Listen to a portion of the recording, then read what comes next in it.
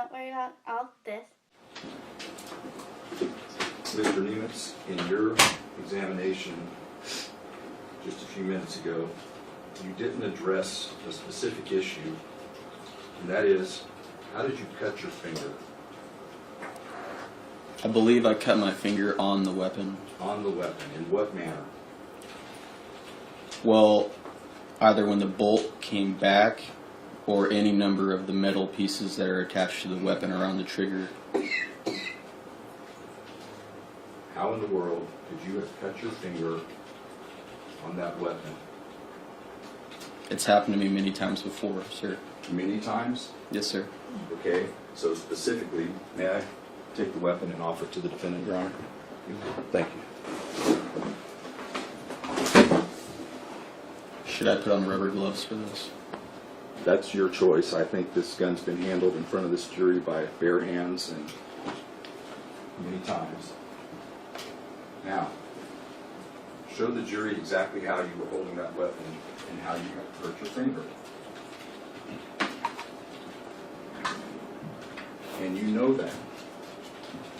Yes, sir.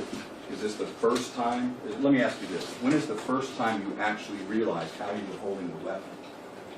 Beginning of 2015. Beginning of 2015. Now, let's take particular note of your fingers, okay? How are you holding your fingers of your right hand? Just kind of holding the weight of the weapon. Well, you just moved them, didn't you? No, I didn't. This is where my hand was, sir. Okay, so for the record, hold it up a little higher so the jury can see how you're holding your fingers on your right hand. Okay, now you just move them again. Just I want you somewhere to- around here. I don't know exactly how my fingers were placed on the weapon. But you've been injured many times. Yes, I have, sir. How have you been injured? When this bolt comes back, if your hand is too far forward, then you can get your hand stuck in there. This, when it comes down, you can cut your hand. This mag ready thing that comes around, there's a sharp piece of metal right here, and there's a trigger on there that's sharp. And there's a wire right here that you can easily cut your hand on. Okay, you've given a whole bunch of different explanations there, right? How in the past have you hurt your finger? Specifically, you hurt your finger on that weapon. I've cut my hand or finger, when the bolt has come back and my hand is too far forward, or with the trigger. Sometimes if I'm moving too fast with my hands, your hand can scrape against something on the weapon and scrape your skin off. Okay, and you're talking which area of your hand have you hurt many times? Usually these fingers right here. These fingers, describe them for our record. This is my pointer finger, this is my middle finger, this is my ring finger, and this is my pinky. Okay, your, what I'll call your middle finger, I think that's what you called it. Specifically, where have you cut your finger on that weapon, or any weapon like it? I've cut it on the mag release before. On the mag release. Where's the mag release? This button right here. Okay, and how would you do that? Just if I'm moving too fast for my own good. Show the jury specifically the part of the mag release that cut your finger. I'm not saying the mag release cut my finger in this case, sir. In the past, what part of the mag release has cut your middle finger? Just the side of it. This side of it. This side right here, let's be real specific. Point right to exactly what you're talking about so the jury can see. Yeah, you can scrape your finger right here, anywhere in this part. Sometimes when you move too fast, scrape it on here. And other weapons, I've cut it from a wire. Sometimes there's a wire behind, you can kind of see behind the trigger. And if this part right here, which is called the, it's the trigger guard. There's different types that come bigger and smaller. And Can you speak up, please? yes, there's many options to cut your hand on this I'm weapon. talking purely your middle finger. Yeah, I could cut it right here, or on this mag ready. You could or you did? I'm not sure exactly where I did cut it, sir. Okay, I'm putting up on the screen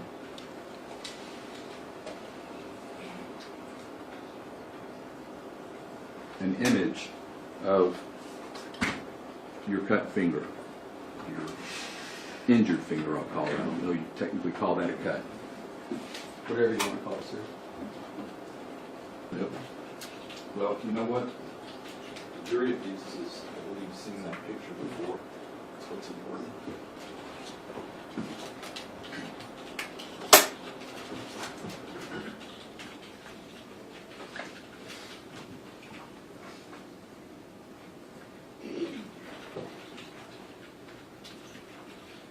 You can have a seat. You're going to need the screen, though, for the next photographs. What do you want me to do with this weapon?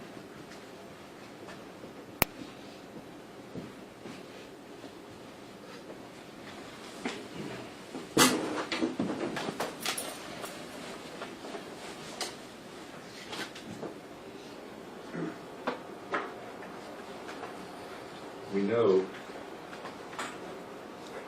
from that injury, because that's the only injury that you sustained in this incident, correct? Yes, sir.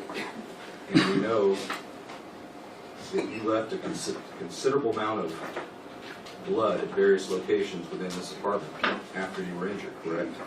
I saw the pictures. Correct? Correct. Okay, so you know that's when it happened, correct? As far as I know, I did not see the injury until I was in my interrogation. And I know that because in my interrogation I see myself looking at it. Did you just testify that you injured your finger in the firing of that weapon? Yes, I did. Okay, so we know that only after you fired the weapon would you have left a blood trail in that apartment, correct? Yes. All right. And among the areas that you left blood was what's called a spatter, I guess, technical term, but a significant amount of blood around the door frame of your bedroom. Correct? I believe so. Okay. And we also know that you left a smear on the top of the refrigerator in the kitchen, correct? Yes, I've seen that picture. Okay. And you also left a smear by the slider, correct? Yes, I've also seen that picture. And that would positively indicate areas that you went before you ever answered the door, correct? Yes, possibly.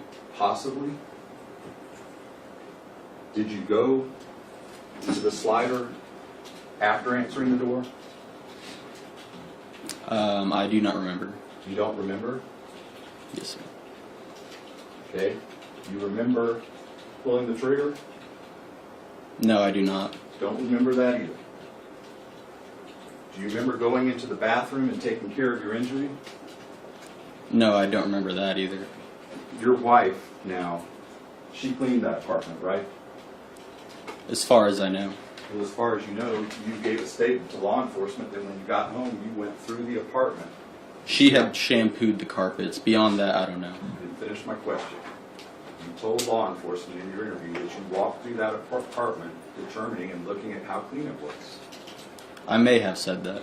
You may have said that. You reviewed the statement that you gave to law enforcement, correct? Yes, I You did. have a copy of it, correct? Not with me. Not with you. No. But in preparation for your testimony, you reviewed it.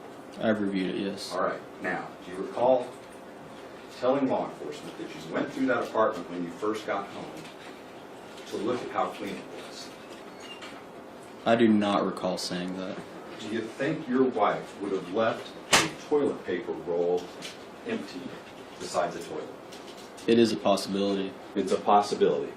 You think women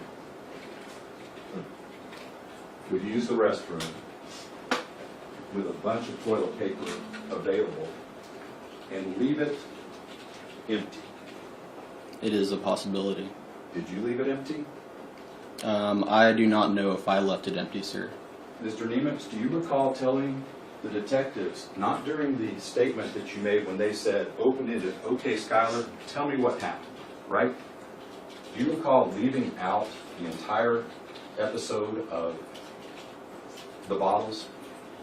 I do not recall that. You've read your... I have, but I do not remember that.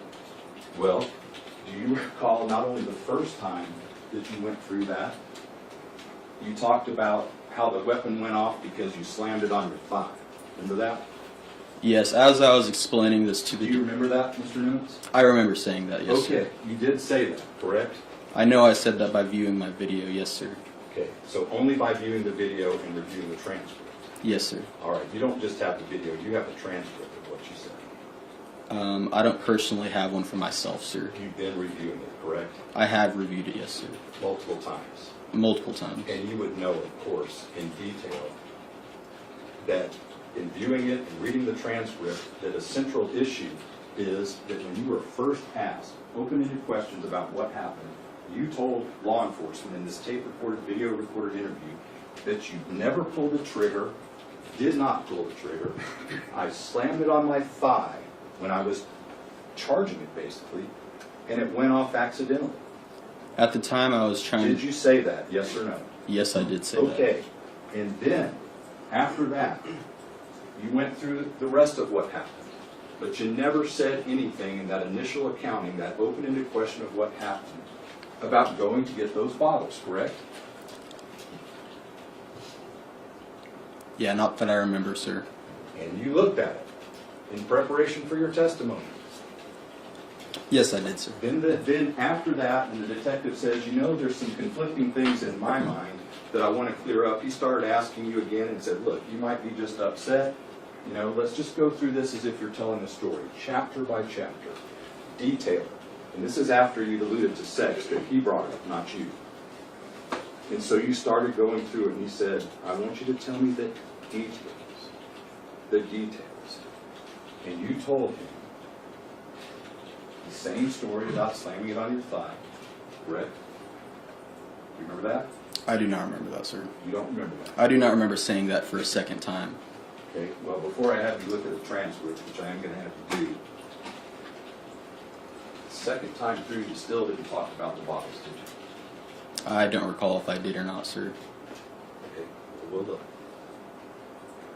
In any event, it was later in the interview, much later in the interview, that the detective, as you know, found out from other officers who had been canvassing the area and talking to witnesses that your downstairs neighbor had heard the toilet flush twice. Remember that? Yes, I do. Okay, and when confronted with that, you told the detective for the first time that there was a bottle, not two bottles, a bottle, that you got from the kitchen, went to the bathroom for some reason, and poured it down the toilet before then leaving the bathroom, going to the slider, and throwing it into the woods. Remember? Yes, that's correct. And the detective's like, well, why do you have to flush it twice? And you said because the toilet was full of paper. What kind of paper was it full of? I do not recall what type of paper. I would guess that it would be toilet paper, sir. Probably toilet paper, correct? Most probably, yes. Did you notice the difference between the initial blood spatter outside your bedroom door and just the smear, single smear on top of the refrigerator, and the very minor amount of blood by the slider door? Are you talking about when I reviewed it at a later date? Or Yes, during? when you've seen these pictures. No, I did not take into account the amount of blood on each spot. You did. Okay, let's take a look at it. But I know the majority of it, the large splatter, was next to my bedroom. Me and Danielle's master bedroom.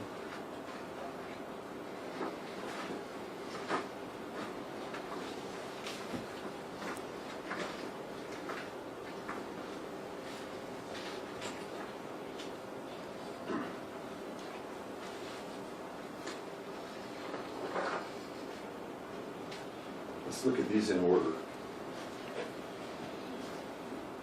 Plaintiff's 9, number 42.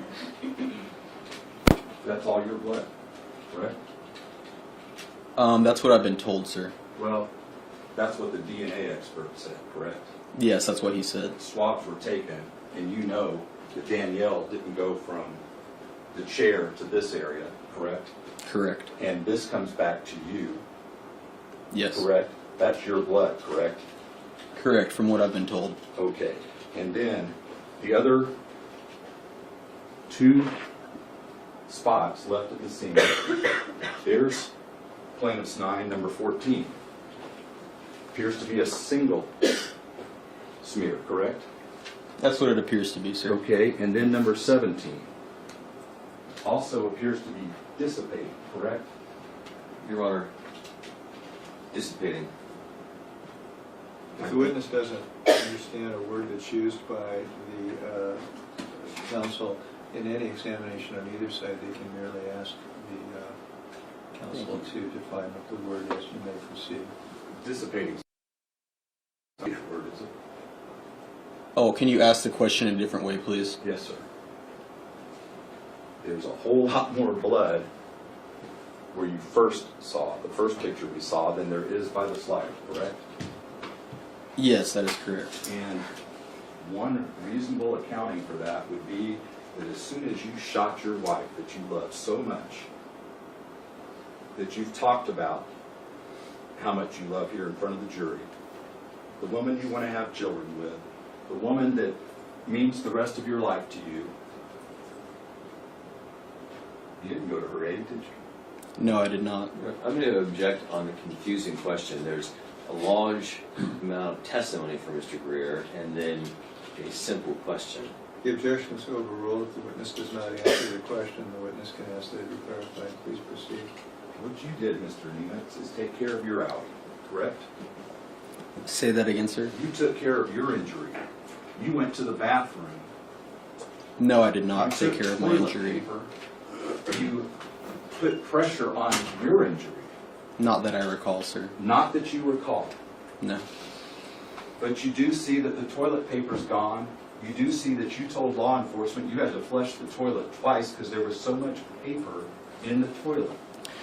I did not notice that there was no paper on the toilet roll at the time. At the time, what? That you were pulling it off? No, sir. I wasn't pulling toilet paper off of that. You weren't. Okay. Not that I can remember. Not that you can remember. Now, let's talk about something else. Judge, when I retrieve the easel. Both counsel are free to move about in their direct, redirect, and cross-examinations. Thank you.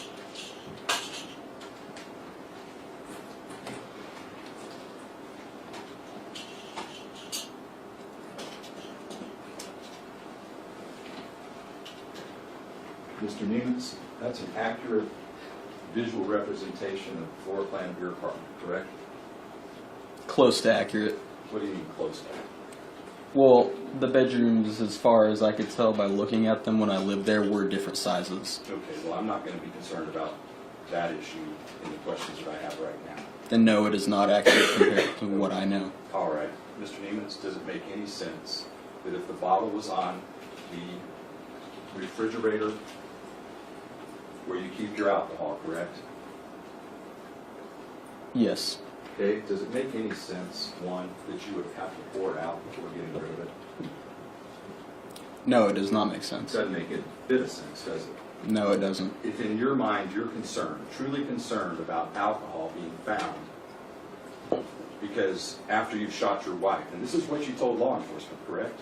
You were concerned about your getting in trouble because you're not yet 21, right? I believe I said that. You believe you did. Once again, did you read the transcript? Did you watch the video?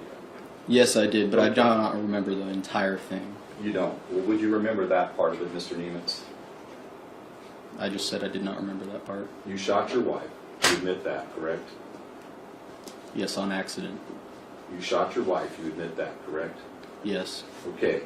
And among the things that you said to law enforcement afterward, after this hugely traumatic event, after the loss of your wife's life, you said that you went and got rid of alcohol because you were concerned about, I suppose, a minor in possession, or how it might affect your military career, correct? That's what I've been told. Mr. Nemetz, that's not just what you've been told. You watched the video. I understand that, sir, but that's not directly from my memory. You don't remember that part. No. Okay, well, let's just, in the hypothetical, Okay. I guess that's the way we have to do this. You threw the bottle, the empty bottle, into the woods. Why would it have to be empty?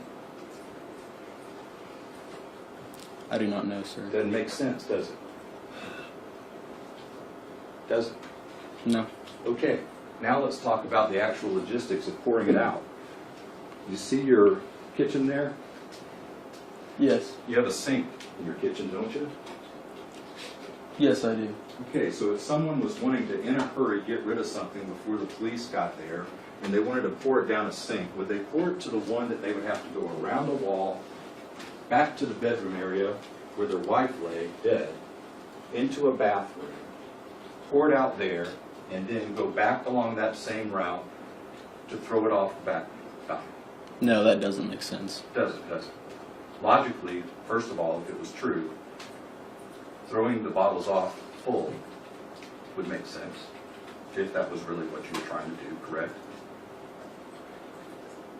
Can you ask that in a different way, please? There's 2 bottles here, correct? Saber Yes. Jerry's and Fireball. Yes, there was. You took 2 bottles and Yes. threw them into the woods, Into the brush, yes. into the brush, Mr. Nemetz. You Yes, know sir. that you told law enforcement over and over again that you went from the kitchen, I don't think you even said the kitchen, you just said you got the bottle. You went to the bathroom to pour the bottles out, the contents. Then you went and threw them in, what did you call it? The brush. The brush. You see my point, don't you? The point that I threw the alcohol bottles off and I didn't pour it out in that sink rather than the one that was in the bathroom. That's my point. There was no logic to what I did because I was trying to figure out everything for myself. I wasn't sure what I was doing or why I was doing it. Well, there actually is logic, isn't there? There is no logic after my wife died. Well, another thing we haven't talked about. There's 2 things that you were upset about that day, correct? Can you clarify those 2 things, sir? Well, Mr. Foss says that you were shaking with anger because he told you someone else got the alcohol. That did not happen, sir. You say that didn't happen, right? Yes. We have your word on that, Yes. okay? You remember that, right? I remember Anthony Foss testifying to that, yes. Okay, and not only do you remember him testifying to that, but you were provided with a document when you were first arraigned in this case a couple days after the incident, correct?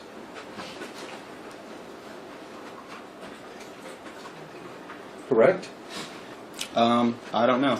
You don't know if you got a document charging you with murder in the first degree, Mr. Nemetz? Well, I was in jail, sir, and we weren't allowed to have documents with us. Okay, let's talk about the 1.5 years plus since 16th of October 2014. Have you figured out what you're charged with? Very much so, sir. Okay, see that document I put in front of you? Yes. What's the date on that document? Where would the date be located? It'd be by the signature. Second page. Maybe third. October 22nd of 2014. Okay, have you ever seen that document before?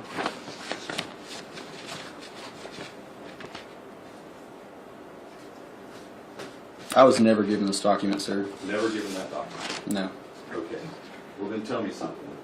Is it your testimony that it wasn't until January 20-something of this year, meaning after the jury had been selected and after we started this trial, that you first became aware that Mr. Foss was saying that you were so angry about these bottles that you were shaking? Is that the first time you realized that? I don't remember exactly when I heard about Anthony Foss and what he was going to say, or his story, Give it your best estimate. of when I heard from Anthony Foss about his testimony, about what he was going to testify to. Mr. Nemetz, not only do you have access to your statements, you have access to every report generated in this case, correct? Yes, sir. And you've read them. Yes, sir. And you've had that in your mind for a very long time, correct? What I can remember, sir. What you can remember. Do you think it would be significant to remember that probably the central issue the state has regarding your motive would be that you are angry that some other guy bought those 2 bottles of alcohol? Did that ever cross your mind that that was going to be a big part of this case? I understand that was the state's accusations. Right, and you've known that since the time that document was provided to you. I was never provided this document again. Never. No, I've never had this document in hand to me. Okay, well, let's just then assume that's accurate and go back to the central issue, which is, are you telling this jury that since October 22nd, let's call it, the date that you were charged with murder in the first degree, you have no idea, in general, when you became aware that Anthony Foss was in essence giving the state the motive for this murder? If I had This to, accusation of murder, what you call it. if I had to give a guesstimate, I would say around the time when me and my attorney were talking about that was also the time that I remembered that I gave Richard Oakley a ride. Okay, that's after this trial started. Yes, it is, sir. After this trial started, you're telling the jury is the first time you recognize the significance of what Anthony Foss has said. Well, I knew what he said wasn't true, sir. How could you know what he said's not true if you don't know what he said? He says that he carried my gear to my truck, Answer sir. my question first. How can you know what anybody said is untrue if you don't know what they said?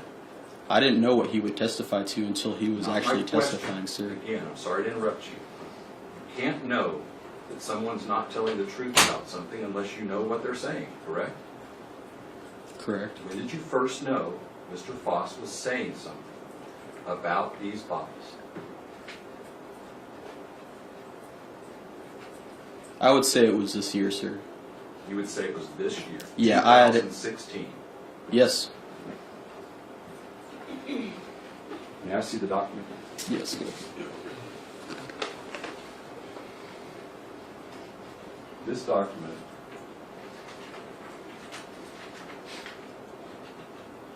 the relevant part indicates Mr. Nemetz insisted that he and his wife were happy and did not argue prior to the shooting. According to one of Mr. Nemetz's co-workers, he saw Mr. Nemetz and Mrs. Nemetz about 2 hours prior to the shooting. Mr. Nemetz thanked his co-worker for getting liquor for him and Mrs. Nemetz while he was gone. The co-worker Your Honor, I'm going to object to reading the declaration for determination of probable cause. What's the basis, Your Honor? It's the basis for reading the declaration of probable cause. I don't think that's the basis. Do you have an objection? Yes, this doesn't appear to be a question. I'm not finished. I think it is a question. Your objection's overruled. Okay, let me pick up on the sentence I left off. Mr. Nemetz thanked his co-worker for getting liquor for him and Mrs. Nemetz while he was gone.